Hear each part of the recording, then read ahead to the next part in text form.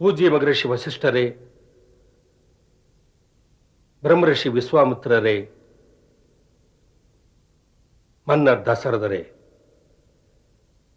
இந்த சபையிலே தம் அனைவரையும் வரவேற்கிறேன். இப்போது எங்கள் குலகுரு மதிப்புக்குரிய சதானனர் இந்த சபையை வாழ்த்தும் குருமார்களின் முன்னிலையில் திருமண பேச்சினை வைப்பார்.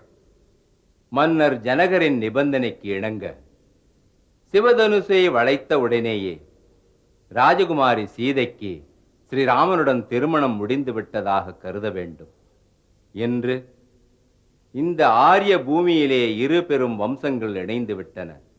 இருந்தாலும் நமது உலக வழக்கங்களையெல்லாம் அனுசரித்து மன்னர் ஜனகர் உங்கள் அனைவரின் முன்னிலையிலும் தமது மகள் சீதைக்கு முறைப்படி